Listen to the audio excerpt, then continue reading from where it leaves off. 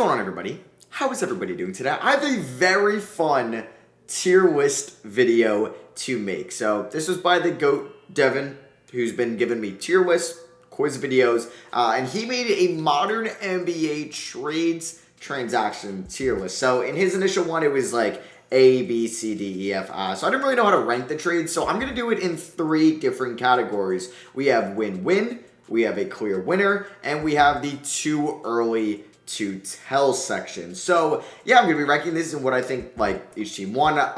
If they didn't, that'll go in the clear winner. And then obviously there was some maybe more as of recent that we don't really know. So yeah, each trade kind of has like their own backstory. Like initially looking at it, like Kawhi Leonard, DeMar DeRozan. I already know what I'm going to probably pick there, but it's like, what could the Spurs have done? They didn't have any leverage, but that hurts them. That does. Because Kawhi Leonard was a top 5 guy in the NBA, and you look what other top 5 guys got in return, in James Harden, or top 10 guys at least, in Anthony Davis.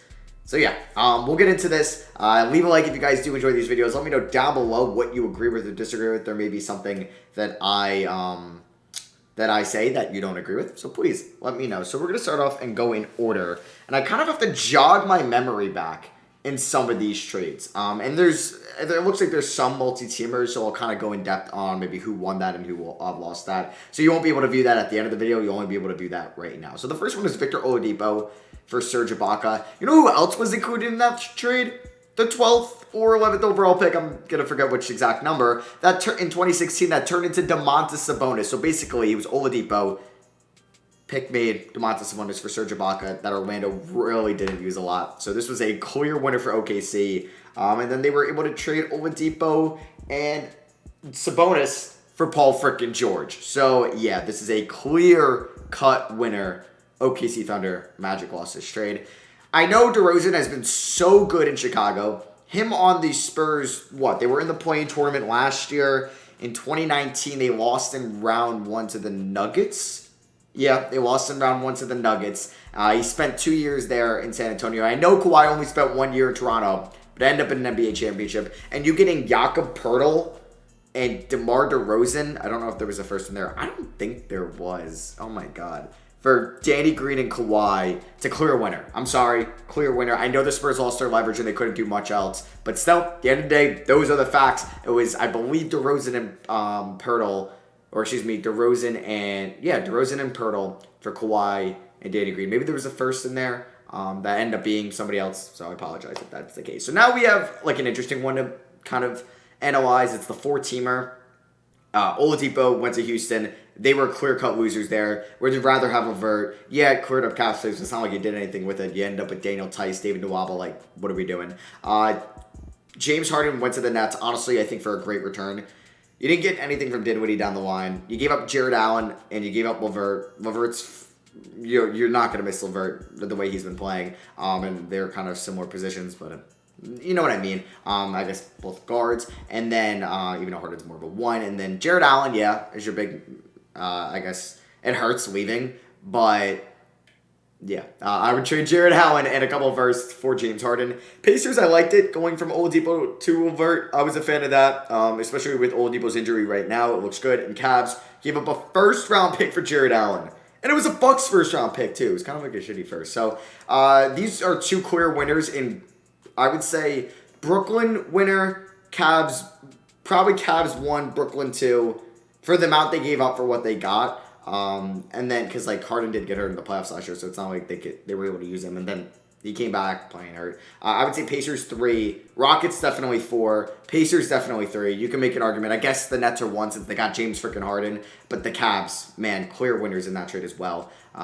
So I guess like Pacers, all right. I just still am not a fan of the Rockets side of that. Now we have the Kristaps Porzingis trade. Okay, so... I'm not really even sure of the pictures. So, yeah, we got, what is it, Wesley Matthews, it's DeAndre Jordan, and it's Dennis Smith Jr. Oh, God. And you got 2 firsts, and you gave up Hardaway, Porzingis. I forget if there was somebody else in that trade. Honestly, if we're talking about this, like, clear trade, not looking at the cap space on the line, they got Randall, helped them make the playoffs. The Mavericks are still a clear winner in this trade. Hardaway's been a good player. KP's been a good player for them. Not probably what they imagined, but better than any of those 3 guys who are not on the Knicks. Matthews gone, DeAndre Jordan gone.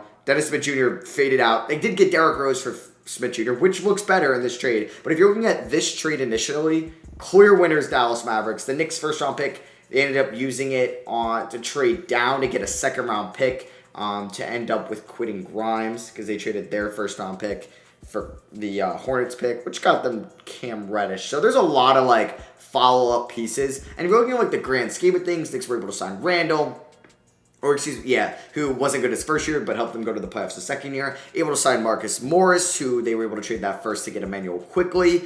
They were able to trade Dennis Smith Jr. for Derrick Rose, and they saw the first round pick in 2023. I would say it's a win-win trade, maybe in the long-term aspect, because the Knicks avoided giving that contract. But I think just off those initial pieces, the Mavericks are a clear winner, I would say. That's probably the closest to win-win. I don't know.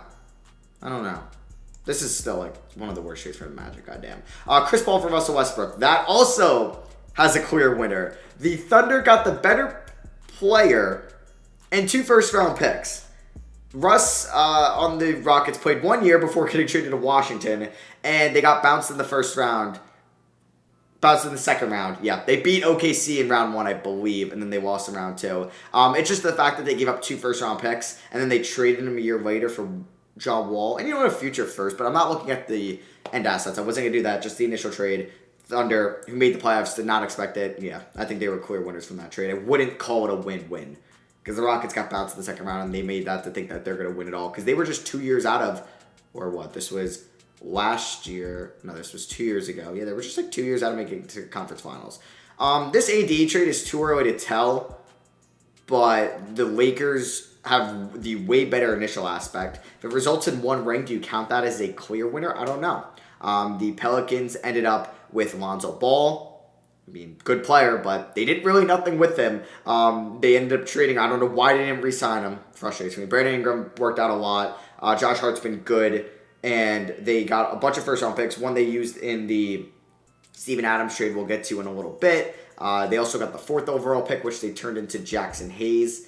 I think Nickeil Alexander-Walker, as well as maybe something else down the line. So, honestly, I don't think they fumbled the trade. Like, I don't think it's as bad as the Kawhi trade. And if you had to trade AD, I think I liked your return for it. It could have been way worse. I'm going to call it a win-win for what you had to do, because you were never going to get a top 10 player in return like Anthony Davis. And you could say the next year when Brandon Ingram won Most Improved, I believe, and then was an all-star, he became a top 30-something guy at his age, which is pretty good value. So I would say it's a win-win for what the Pelicans were going in the future. We've seen teams get far worse packages when trading their star, like James Harden, I would say, like Kawhi Leonard, and then maybe some other guys we'll get to in a little bit.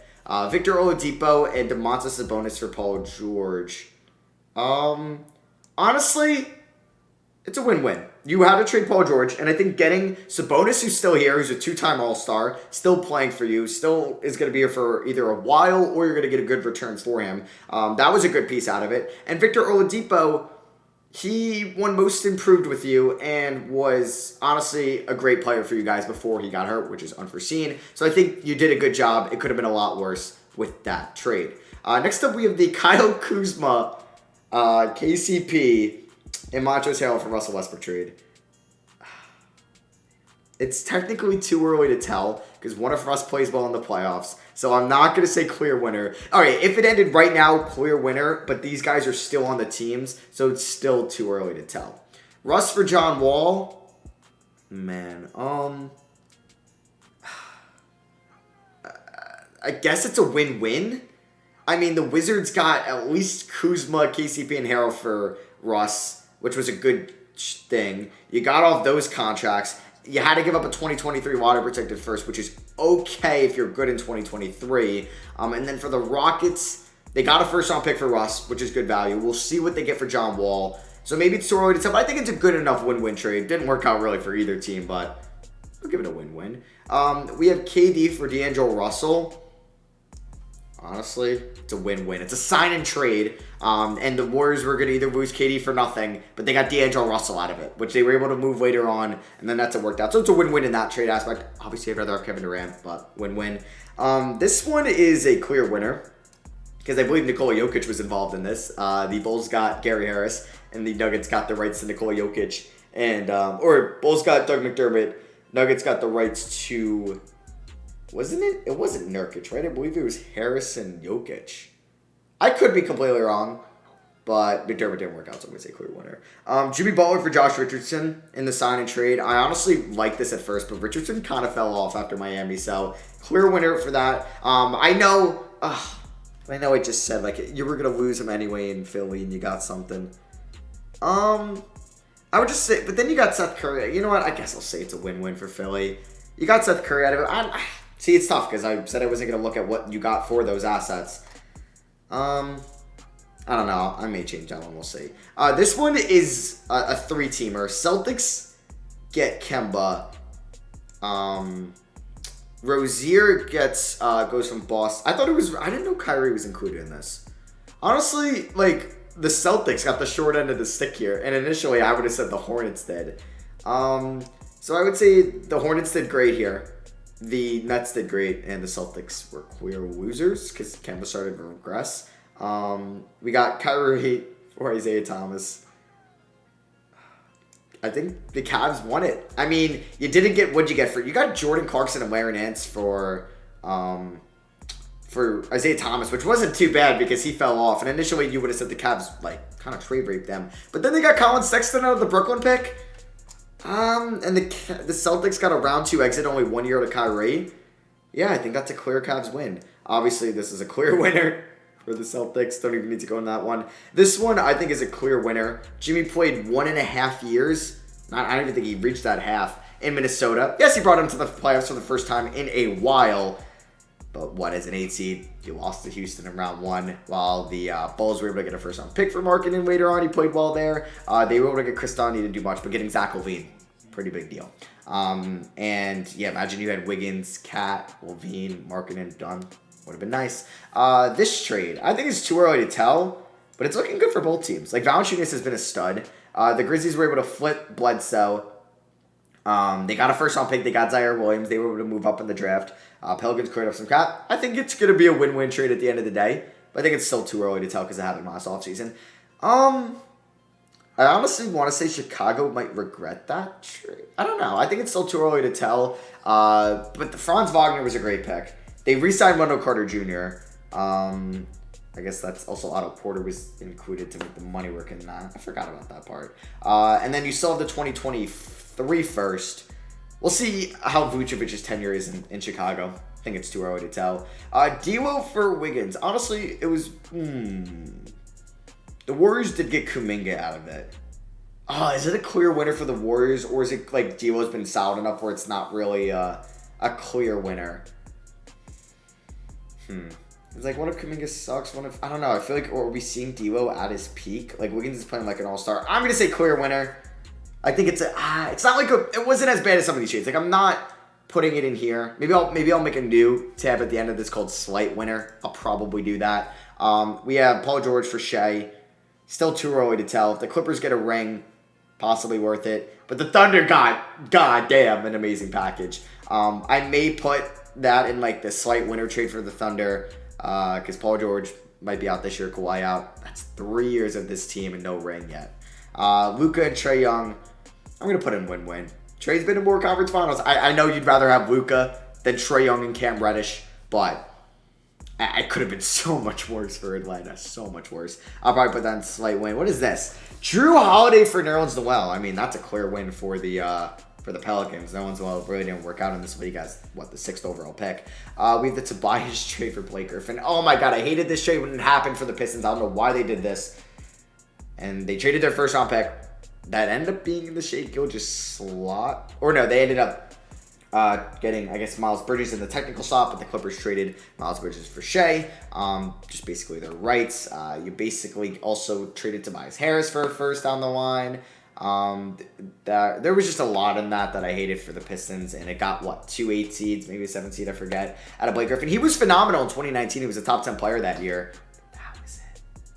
And it got you a sweep in round 1. This trade for... Wait. We have Eric Bledsoe, Lonzo Ball, and Drew Holiday. Drew Holiday went to the Bucks. What is Lonzo Ball in this trade for? This one's still too early to tell. You could say it's a win. For the Bucks, obviously you got them a ring, so they're clear winners. But like the Pelicans, we don't know what they're going to do with those draft picks. I don't really know why Lonzo's in there. Maybe that freed up minutes for him. I don't know. And then finally the Jimmy Butler trade to Philly. I mean, oh man, is that like a lose-lose? Because they got Serge and Covington, and they used Serge to trade up for Culver, which didn't work out. Covington they got a first for, which ended up being... Who did they get? Who did they trade? Because that was that Capella deal as well, I think. That big 3-teamer, 4-teamer back in 2020. Man, who did they trade Covington for? Or what they get in return for Covington? I guess it was a first. Why can't I think of like what player on their team? Well, this is what Basketball Reference is for. Oh my god, yeah, it was a 4-team trade. Who went to the Timberwolves? Oh, they got Jared Vanderbilt and Malik Beasley and Hernan Gomez. Honestly... no, I'm not going to say this because I made the rule that I wasn't going to look to see what they got in their future assets from those original assets because this video, that would just go on forever for all of these. So they did well in the long term, like trading. I mean, Culver didn't work out, so that portion kind of sucked, and that was a big deal for them because we all thought that was a terrible deal for the Suns. Got Cam Johnson, yeah. But you got Beasley. I mean, he's not been good this year, but not terrible for Covington. You also got Jared Vanderbilt, who's been phenomenal. Hernan Gomez was kind of a wash, but I don't want to say it's a lose-lose because Philly only got 1 year out of Jimmy, and then they ended up getting Josh Richardson. I don't really know. I guess this is like a lose-lose, honestly. I guess I'll make it a win-win. I mean, you could have got so much more for Jimmy, but he also was leverage when he wanted out. So I'm going to make one more section. It's going to be like a 50, like a 60-40. So these are like the, okay, it wasn't a definite win, but it wasn't a definite L. Like, I feel like the Chris Paul Russ one can go in here. No. I think the Thunder is still a clear winner. Maybe the Knicks one? Yeah, I would say maybe 60. But no, because I'm talking about the assets they got later on. Okay, what did I want to put in here? I wanted to put the Wiggins. I think the Warriors 60-40 in that trade. I think maybe for the Sixers, because they got Jimmy for so cheap. Honestly, you could say the Timberwolves won that trade, sure. I'll put this one in here too, because it's a sign and trade. It's better than getting nothing. I'll do the same for that, better than getting nothing. I'm honestly going to put the Trey and Luka in here. Wow, not a lot of win-win trades. Yeah, because I still rather have Luka over Trey. I'm sorry. Maybe this one, 60-40. I don't think the Cavs are clear winners because I don't think they did a great job. They kind of lucked into Kyrie like not working out for Boston. And then, I don't know if there's anything else. Is this one? Maybe this one because you got the Timberwolves to the no, I think that's a clear Bulls win. All right. Yeah. Am I gonna put that? Yeah, I'm gonna put this one at 60-40, and then that one we still don't know what the Bucks are doing with those first. This one might be 60-40 Magic so far. I think the Magic got a great return. If you're saying it's Franz Wagner, Wendell Carter Jr., what they do in 2023. Yeah. I don't think Vucevic has been great for the Bulls, but if the Bulls win a championship, he's going to be like the 4th best player on that team, 3rd best player. I'll still put in too early to tell. And then this one, I'll put right now at 60-40. Wizards are getting the dub in this one. So, yeah, let me know what you guys think down below. This was fun. It was a tough challenge, so let me know what you disagree with or agree with down below. I love you guys. I'll leave a link to this if you want to do this yourself in the description. I'll catch you on the next one. Peace.